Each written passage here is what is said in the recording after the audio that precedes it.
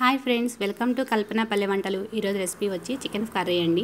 ఏ విధంగా ప్రిపేర్ చేసుకోవాలో చూద్దాం. ఒక మిక్సీ జార్ తీసుకొని ఒక చిన్న అల్లం ముక్క, ఒక ఆనియను, దాల్చిన చెక్క, లవంగాలు, చిన్నులపాయ రెబ్బలు,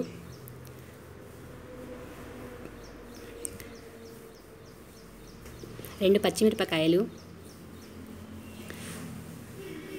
3 టమాటాలు ఈ విధంగా కట్ చేసి వేసుకోండి. పచ్చి కొబ్బరి ముక్క ఒకటి వేసుకొని ఈ మిశ్రమాన్ని మెత్తగా గ్రైండ్ చేసి పక్కన పెట్టుకోవాలండి. ఇప్పుడు పొయ్యి మీద కళాయి పెట్టి ఆయిల్ వేసి, ఆయిల్ హీట్ ఎక్కిన తర్వాత ఈ మిశ్రమాన్ని వేసి బాగా వేయించుకోవాలండి. ఈ విధంగా ఆయిల్ అనేది పైకి తేలుతుంది. ఇప్పుడు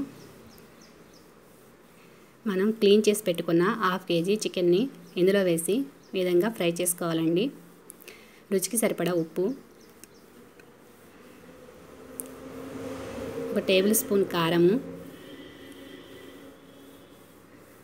1/2 టీ స్పూన్ పసుపు,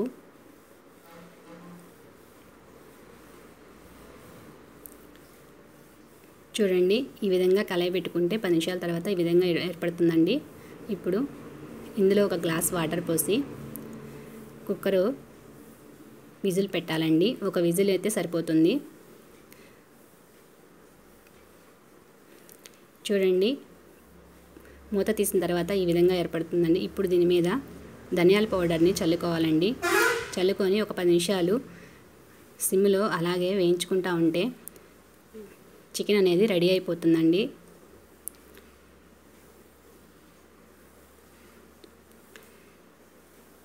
చూడండి సింపుల్గా అయిపోయిందండి. సింపుల్ చికెన్ కర్రీ రెడీ అయిపోయిందండి.